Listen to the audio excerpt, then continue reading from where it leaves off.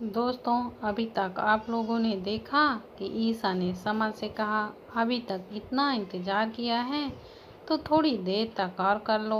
अब आगे ठीक है। I love you Isa, I love you my dear. होने वाले नहीं, हो ही गया समझो, समर ने कहा और फिर फ़ोन को कट कर दिया। उसकी बात सुन के ईसा हंसने लगी।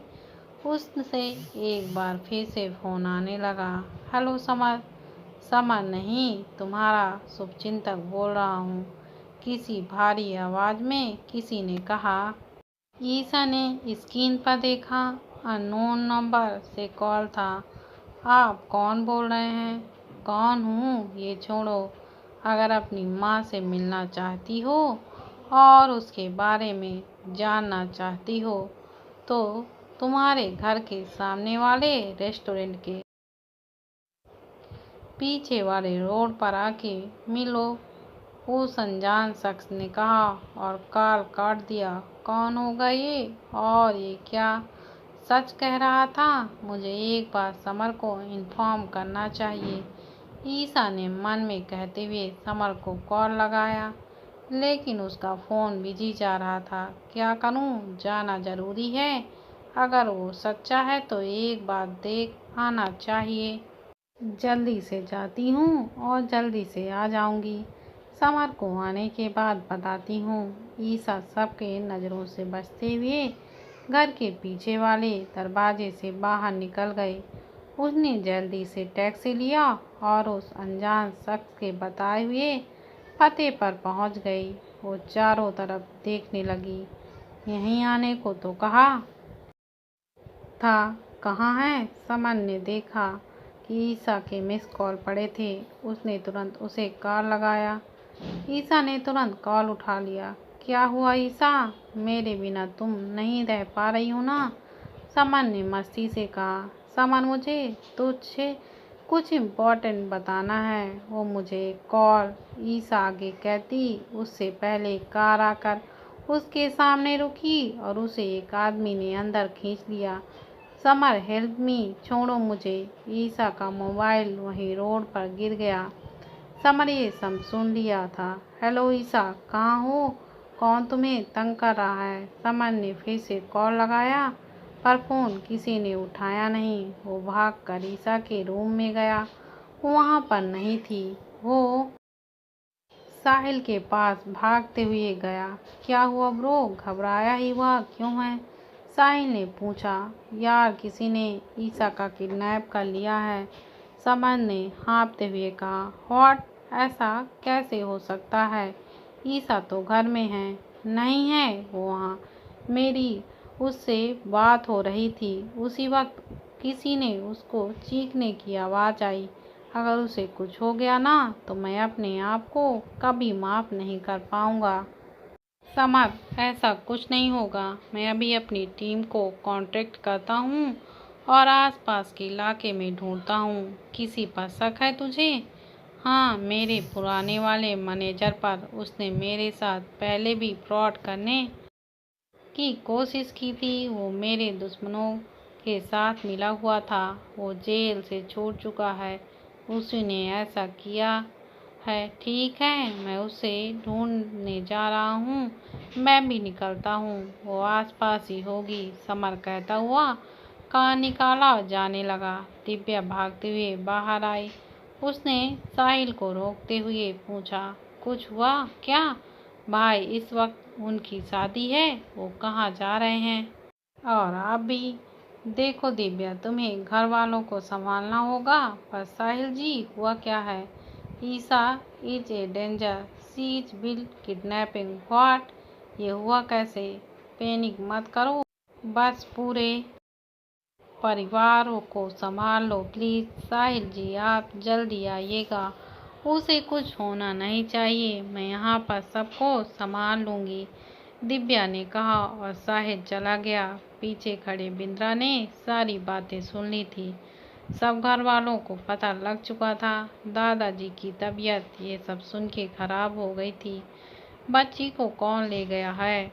उसने कभी किसी का कुछ नहीं बिगाड़ा है। पिताजी, आप बिल्कुल मत घबराइए, हम ईसा को कुछ नहीं होने देंगे। विक्रांत जी ने देवेंद्र जी को समझाया।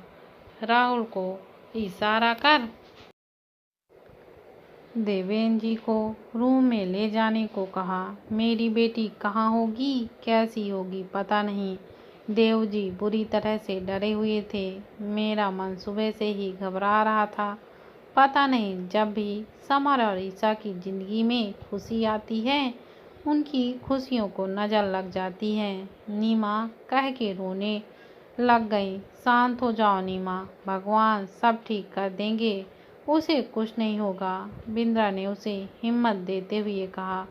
समर हर जगह ईसा को ढूंढ ढूंढ के परेशान हो चुका था। कई जगह ढूंढने के बाद समर उसी रेस्टोरेंट पर गया। उसने पैर अचानक किसी चीज पर पड़ा। उसने वो ईसा का मोबाइल फोन था। Isa, Isa, do you hear me? Isa please कहाँ हो, बताओ तुम। समर जोर से बोलते हुए वहीं बैठ गया। शाम हो चुकी थी। ईसा का कुछ पता नहीं चल पा रहा था। समर बिल्कुल ही टूट चुका था। किसी को कुछ समझ में नहीं आ रहा था कि वो कहाँ होगी। समर, पिया, राम, तुम दोनों जरा मेरे साथ आओ, साहिल ने कहा। चारों रूम में आए। मेरे पुराने वाले मैनेजर ने सच उगला। समर ने गुस्से से कहा। नहीं, उसने कुछ नहीं किया। इस वाले मामले में उसका हाथ नहीं है, साहिल ने कहा। तुम पुलिस वाले बस नाम के हो। चार डंडे मारते तो वो खुद उगलता। मैं जाता हूँ उस साले से पूछने। समर गुस्से से जाने लगा। साहिल ने उसे रोकते हुए कहा, ये किसी बाहर वाले का नहीं, बल्कि घर में से किसी का ही एक काम है। साहिल, तुम्हारा दिमाग तो ठीक है ना? घर में सब ईसा से प्यार करते हैं, कोई उसे भला नुकसान क्यों पहुंचाएगा? पिया ने कहा। एग्जैक्टली, राम ने कहा। मुझे तो कुछ समझ में ही नहीं आ रहा, तू क्या कहने की कोशिश कर रहा है? साफ साफ कह, समर ने परेशान होकर कहा। देखो, मैंने कई केस सॉल्व किए हैं, मुझे इन सब चीज़ों का आइडिया है। पहली बात, किडनैपर पैसे के लिए कोई भी फ़ोन कॉल ना आना। दूसरी बात, ईसा को जिस किसी ने भी कॉल किया होगा वो हम सब के बारे में जानता होगा। ये किसी ने दुश्मनी में आकर ही किया है। साहिल ने सबको समझाते हुए कहा। हाँ, तुम्हारा पॉइंट तो बिल्कुल सही है, राम ने कहा। और साहिल, ईसा हमेशा इलेक्ट्रॉनिक वॉच भी पहना करती थी जिससे लोकेशन ट्रैक हो सकता है, लेकिन आई नॉट श्योर कि उसने आज भी पहना था कि नहीं, पिया ने कहा। दैट्स ग्रेट, मैं लोकेशन ट्रैक करने की कोशिश करता हूँ। और पिया, ये पकड़ो। लॉकेट का टूटा हुआ हिस्सा मुझे बाहर से मिला।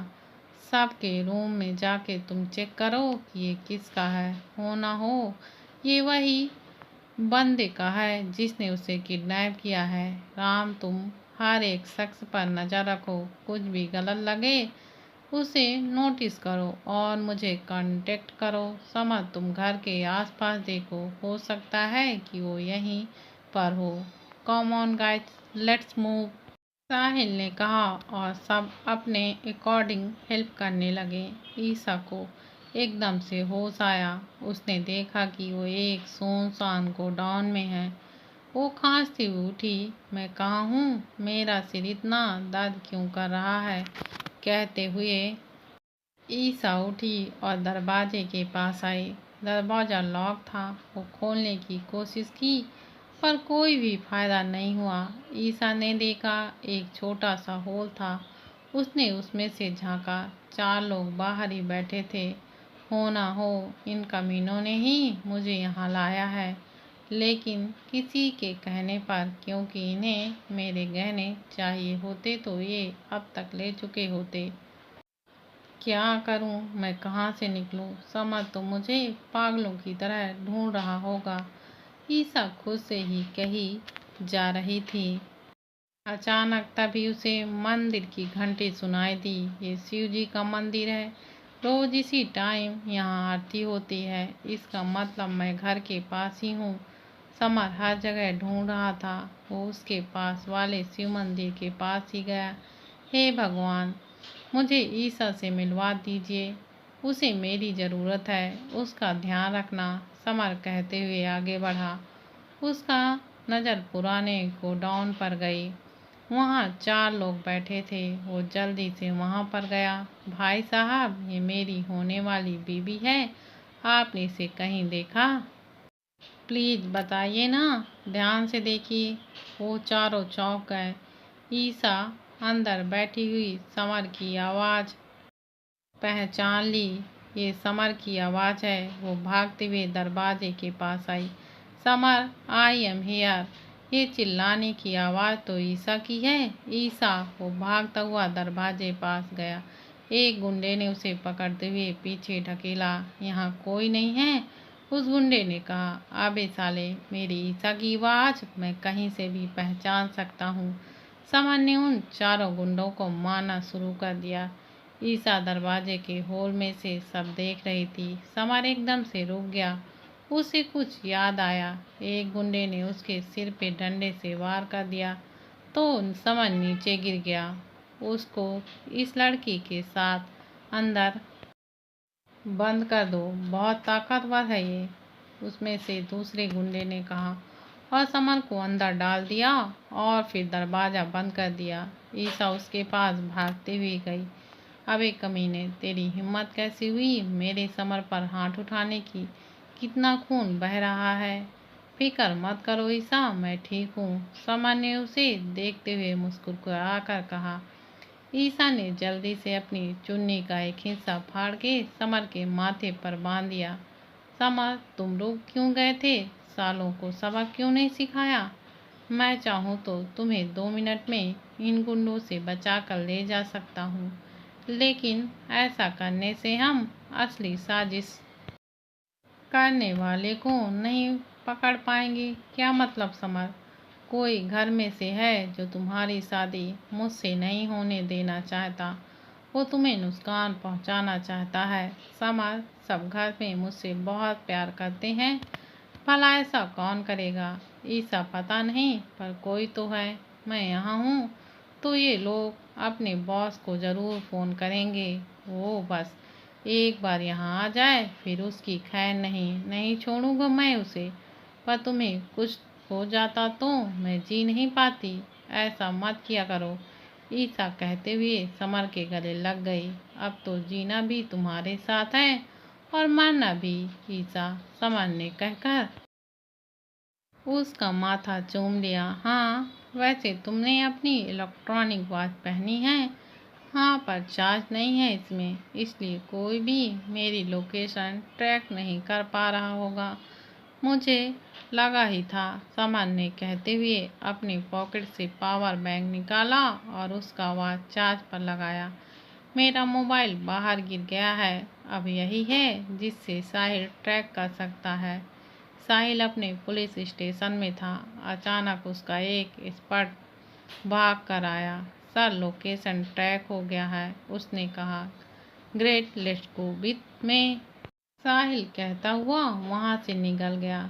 समर, किस्मत भी अजीब खेल खेलती है। आज हमारी शादी थी और देखो ना, मुहूर्त खत्म हो जाएगा या आगे क्या होगा कुछ पता नहीं। ईसा वहीं बैठे हुए बोलने लगी। ऐसी बात तो लाओ, अभी हमारे रिश्ते पर मोहर लगा देता हूँ, समर कहते हुए अपने सिर पे लगे खून से ईसा की मांग भरती। ईसा उसे भीगी आंखों से बस देखी जा रही थी। अब हमें कोई अलग नहीं कर सकता। ईसा ने धीरे से आगे बढ़ी और समर के गालों को हल्के से चूम लिया।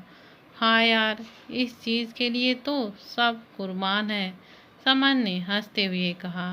तब ईसा शर्माने लगी। रात हो चुकी थी। एक आहट से ईसा और समर की आंखें खुली। दरवाज़ा खुला और उन चारों गुंडों के साथ एक लड़की अंदर आई। उसने चुन्नी से अपना चेहरा ढका हुआ था। वो उसके पास आई तो समर, तुम आ ही गए। अपने प्यार को बचाने? उस लड़की ने कहा। तो ईसा और समर को उसकी आवाज़ जानी पहचानी लगी। कौन हो तुम और क्या चाहती हो? समर ने पूछा। तुम्हारी बर्बादी और ईसा की मौत, लड़की ने चेहरे पर से दुपट्टा हटाते हुए कहा। समर और ईसा दोनों ही उसे देख के हैरान रह गए। दोनों ने एक साथ कहा, दिव्या तू? हाँ मैं ही हूँ वो, जिसने तुम्हारा किडनैप करवाया और सब प्लान के मुताबिक ही चल रहा था। लेकिन ये तुम्हारा आशिक यहाँ आके सब बिगाड़ दिया। अब तुम्हारे साथ साथ ये भी मरेगा, दिव्या ने चिल्लाते हुए कहा। ये सच नहीं हो सकता, ईसा ने चौंक कर कहा। यही सच है ईसा, आई हेट यू, दिव्या ने कहा। उसकी आंखों में गुस्सा था।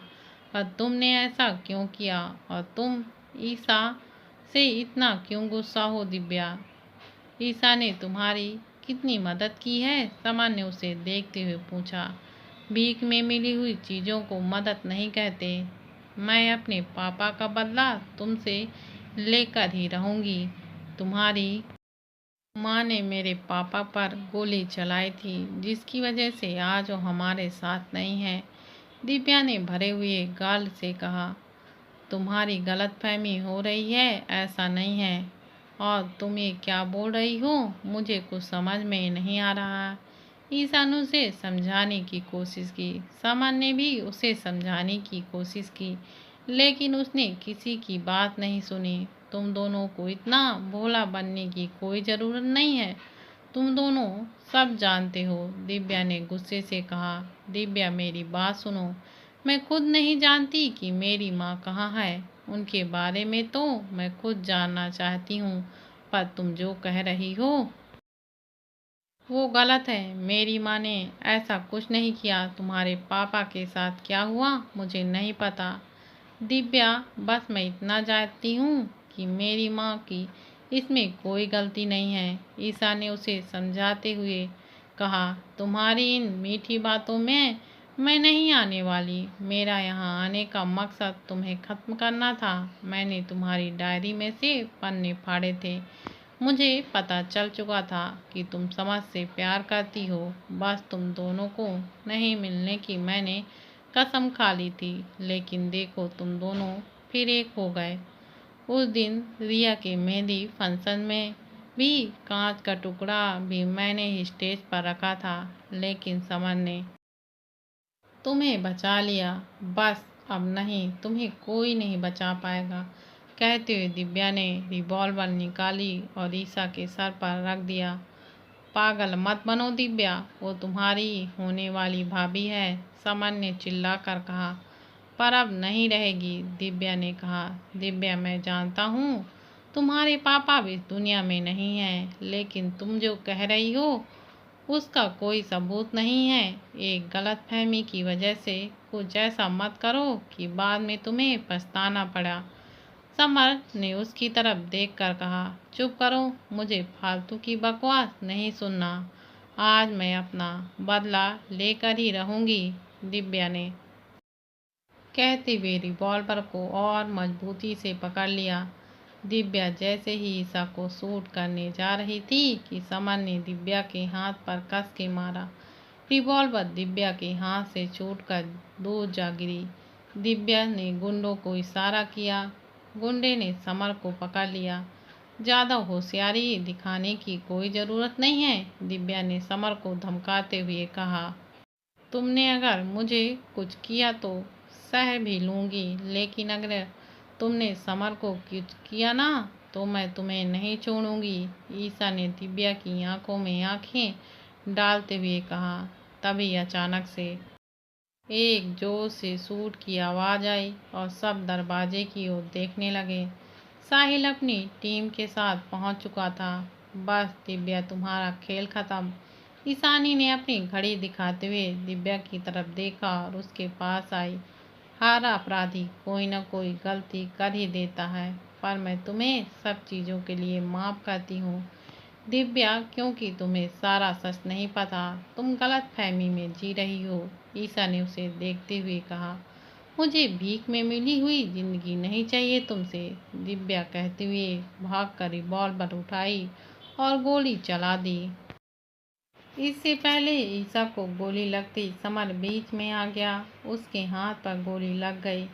समर, ईसा जोर से चिल्लाई। उसने दिव्या के हाथ से रिवॉल्वर छीना और उसे एक जोरदार थप्पड़ मारा। तुम्हारी हिम्मत कैसे हुई समर को गोली मारने की? ईसा ने उसे घूरते हुए कहा। समर को गोली लगने से खुद दिव्या भी सहम गई। साहिल ने सबको अरेस्ट कर लिया। साहिल ने कांस्टेबल से गुंडों को पुलिस स्टेशन भेजा और दिव्या ईसा समर के साथ हॉस्पिटल आ गई। समर को ईसा ने कसकर पकड़ा हुआ था। तुम्हें कुछ नहीं होगा समर, बस डॉक्टर आ ही रहे हैं, कहते हुए ईसा रोई जा रही थी। अपना ध्यान रखना ईसा, कहते हुए समर ऑपरेशन थिएटर में चला गया। परिवार वाले हॉस्पिटल पहुंच चुके थे। साहिल ये भी इन सब में शामिल है। राम ने रंजीत को कॉलर पकड़ते हुए कहा। मैंने जो भी किया दिव्या के कहने पर किया। हाँ ये सच है, मैं ईसा के मारे गए थप्पड़ का बदला लेना चाहता था पर उसे मारना नहीं चाहता था। दिव्या ही पहले मेरे पास आई थी। मुझे उसने ईसा को किडनैप करने को कहा था पर मुझे ये नहीं पता था कि वो उसे मारने की साजिश कर रही है, रंजीत कहते हुए सर नीचे कर लिया। और हमें सब समझ में आ गया। ये लॉकेट का दूसरा टुकड़ा मुझे दिव्या के रूम में से ही मिला, पिया ने सबको दिखाते हुए कहा। तुमने ऐसा क्यों किया दिव्या? नीसा ने उसे थप्पड़ मारते हुए कहा। माँ, इसकी माँ ने हमारे पापा पर गोली चलाई थी, दिव्या ने कहा। बेवकूफ़, ये सच नहीं है, तेरे पापा ही अपराधी थे। ईसा की माँ ने हम सब की इज्जत को बचाया था, नीसा कहते हुए रोने लगी। विक्रांत जी ने कहना शुरू किया। तुम्हारी माँ आराधना जिंदा है ईसा, और हाँ दिव्या, तुम्हारे पिता यानी कि मेरा भाई गलत काम करता था। वो हथियार बेचता था, आर्मी में रहकर इनलीगल काम करता था। आराधना भी उसी यूनिट में थी। उसे रंगे हाथ पकड़ा गया लेकिन आराधना ने उसे बचा लिया, नहीं तो उस पर देशद्रोही का आरोप लग जाता। सब ठीक हो गया था।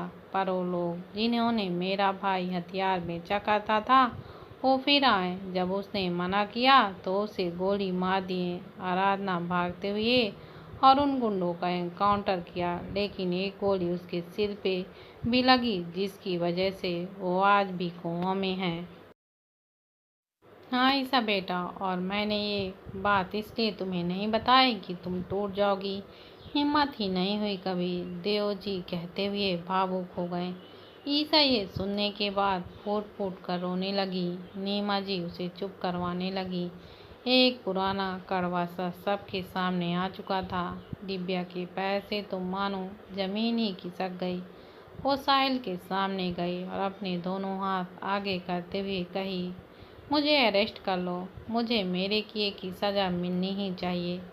साहिल के भी आंखों में आंसू थे। जिससे प्यार करता था, जिसके हाथों में अपने नाम की मेहंदी लिखा देखना चाहता था, उसे हथकड़ी कैसे पहनाता।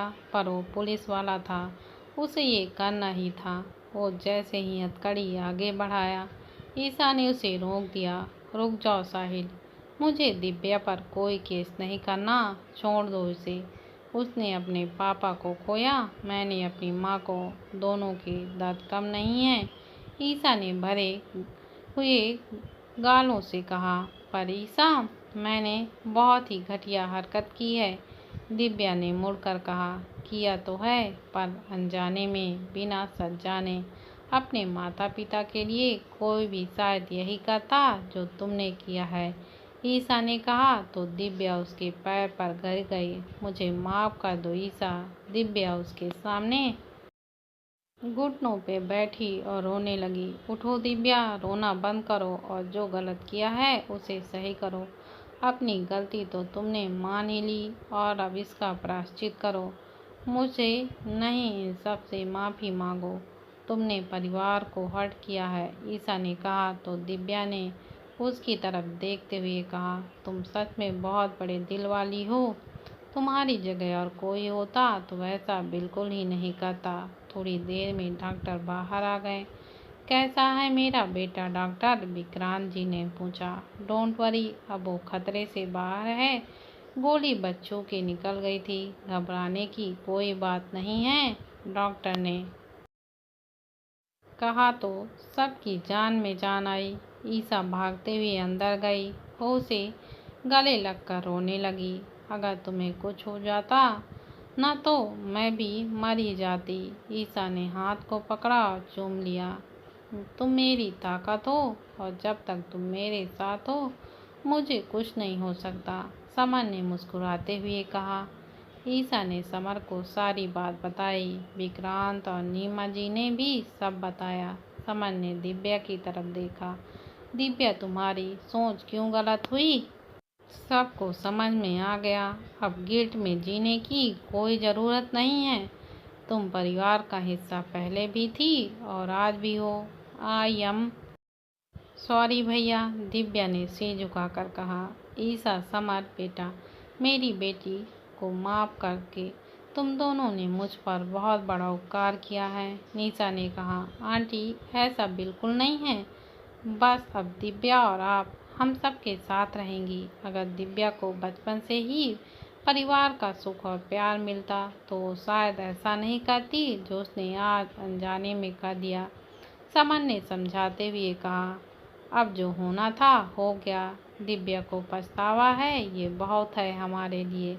सिर्फ खुशियाँ चाहिए मुझे मेरे घर में। जल्दी से तुम दोनों शादी करो, हम सबका आशीर्वाद लो, नीमा जी ने कहा। तो सब मुस्कुरा दिए। आंटी आप बहुत स्ट्रांग है। बेटी को चोट लगी है फिर भी अपने आंसुओं को छुपाकर हमें हौसला दे रही हैं, ईसा ने कहा।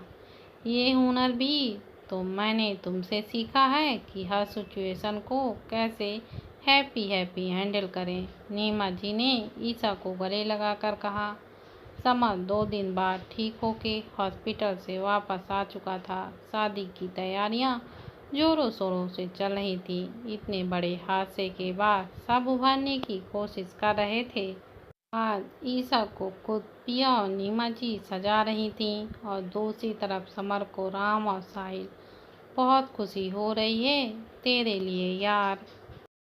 इतने मुश्किलों से लड़के भी तुम दोनों ने हार नहीं मानी। आज फाइनली एक अटूट बंधन में बंध जाओगे तुम दोनों, साहिल के मुस्कुराकर कहा। हाँ, मैं और तुम दोनों भी, समर ने साहिल की ओर देखकर कहा। कौन दोनों? तुम और दिव्या? मुझे ईसा ने सब कुछ बता दिया है, चिंता मत कर, मैं बहुत जल्दी बात करूँगा तुम दोनों के लिए घर वालों से। समर की बात सुन के साहिल मन ही मन मुस्कुरा दिया। समर नीचे आ गया। सामने से सीढ़ियों से उतरती हुई ईसा आ रही थी। वो बेहद खूबसूरत लग रही थी। वो नीचे आई और समर उसका हाथ पकड़ते हुए उसे मंडप में लाया। पंडित जी मंत्र पढ़ने लगे। उन्होंने दोनों को फूल हाथ में रखने को कहा। समर ने फूल लिया और ईसा को हाथ लगाने को कहा। ईसा ने समर को देखकर आंख मार दी। वो शर्मा गया और फूल नीचे गिर गया। ईसा हंसने लगी। क्या यार ईसा, तुम्हें हर वक्त बचपना सोचता रहता है, समर ने धीरे से कहा। क्यों शर्मा गए? बोलो बोलो, समर ने मन मुस्कुराने लगा। ईसा उसे प्यार से देखने लगी।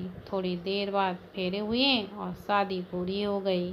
फिर उन दोनों ने सबका आशीर्वाद लिया। कुछ रस्म होने के बाद वो दोनों को नीमा जी ने अपने कमरे में जाने को कहा। दोनों अपने रूम में पहुंचे तो पिया रास्ता रोके हुए खड़ी थी। उसने हंसते हुए कहा, पहले शगुन के पैसे दो, फिर अंदर जाने को मिलेगा। समर ईसा की तरफ देखा और हंसते हुए पॉकेट से एक एनवलप निकाल के उसके हाथ में थमा दिया। ये क्या है भाई? पिया ने कहा। तुम्हारा हनीमून पैकेट, गो एंजॉय, ईसा और समर ने एक साथ हंसते हुए कहा।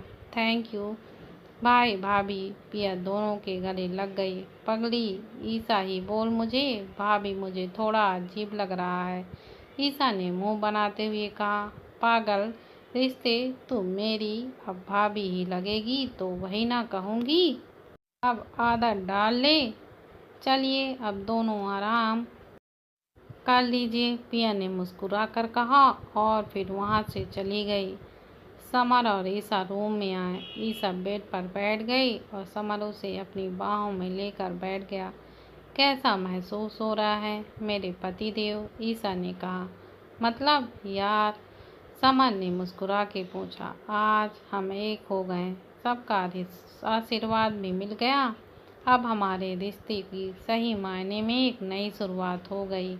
हमारा प्यार जीत गया समर। हाँ, पर सबका आशीर्वाद नहीं मिला। कोई है जिसका आशीर्वाद लिए बगैर हमारा रिश्ता शुरू नहीं हो सकता। ऐसा कौन है समर? अभी तुम आराम से सो जाओ, कल जल्दी से उठ जाना, हमारी फ्लाइट है, कल पता चल जाएगा। चलो, मैं तो थक गया हूँ, कल सुबह जल्दी भी उठना है।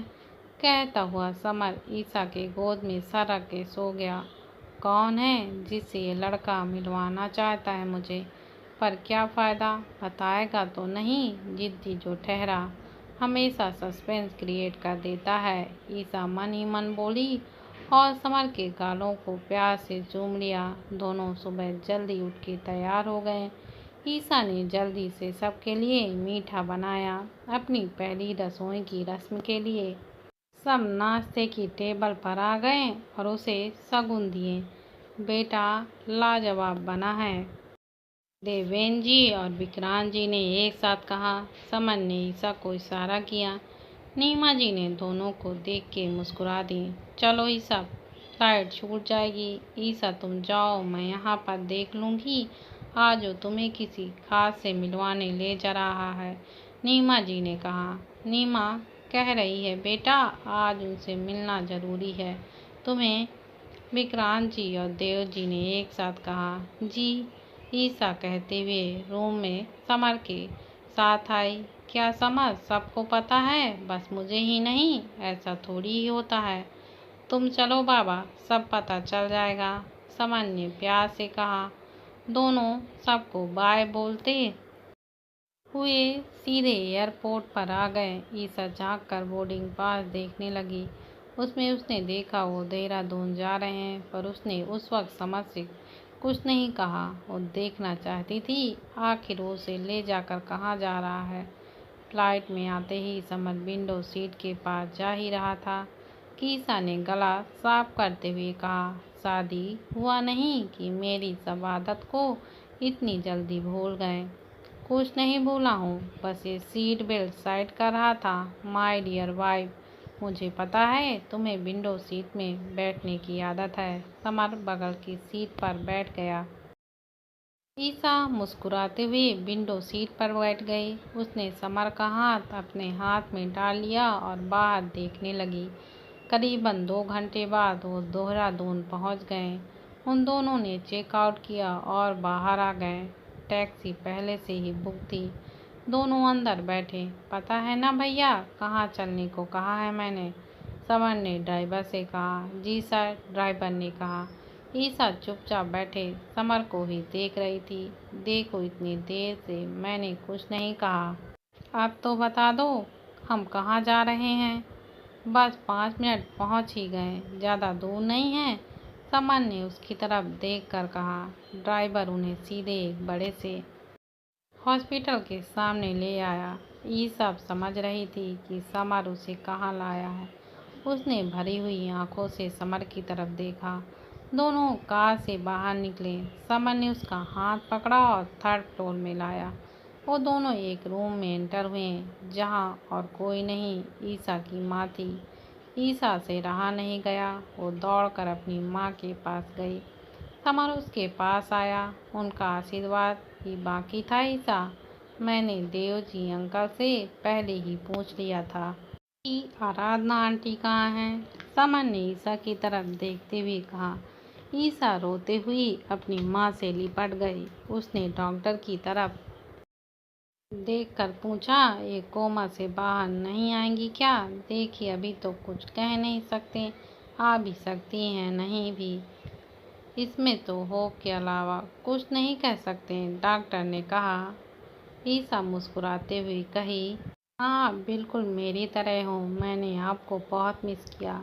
I am proud of you, वो कही और भागकर बाहर चली गई। समर भी जल्दी से उसके पीछे चल गया। ईसा समर के गले लगकर कही, मुझे आज समझ में आ रहा है कि दिव्या के ऊपर क्या बीती होगी। जब मैं अपनी माँ को इस हालत में देख ही नहीं पा रही हूँ, तो अपने पापा के बारे में वो सब सुन के कितनी हर्ट हुई होगी। मैं तो अपनी माँ को देख सकती हूँ, पर वो अपने पापा को देख भी नहीं सकती। समर, ईसा विधि के विधान को कोई टाल नहीं सकता है। कुछ चीज़ें हमारे हाथ में होती हैं, कुछ चीज़ें हमारे हाथ में नहीं होती, कुछ चीज़ें हमारे हाथ में नहीं होती। वैसे भी दिव्या को भी सच पता लग चुका है और तुम्हें भी। अब सब ठीक हो चुका है, दुख की अब कोई गुंजाइश नहीं है। और हाँ, तुम चिंता मत करो, हम हर महीने एक बार आंटी को देखने आएंगे। सॉरी माँ को, अब तो मेरी भी माँ हुई ना, समर ने कहा। तो ईसा बहुत ही प्यार से उसकी तरफ देखने लगी। ये सब करने के लिए दिल से थैंक यू, ईसा ने समर के हाथ को चूमते हुए कहा। ये मेरा फर्ज था, चलो अब आंसू पोंछो और चलो मेरे साथ। समर ने ईसा के आंसू पोंछते हुए कहा, अब कहाँ? वहाँ जहाँ तुम्हारा मुंह ठीक किया जा सके। समर की बात सुन के ईसा मुस्कुरा दी। समर ईसा को लेकर देहरादून का मोस्ट ब्यूटीफुल पॉइंट सहस्त्रधारा लेकर आया। वो दोनों ट्रॉली से होते हुए टॉप पोल पर पहुंच गए। चारों तरफ कई सारे गुलाब के बुके रखे हुए थे। ईसा को ये सब देखकर बहुत अच्छा लग रहा था।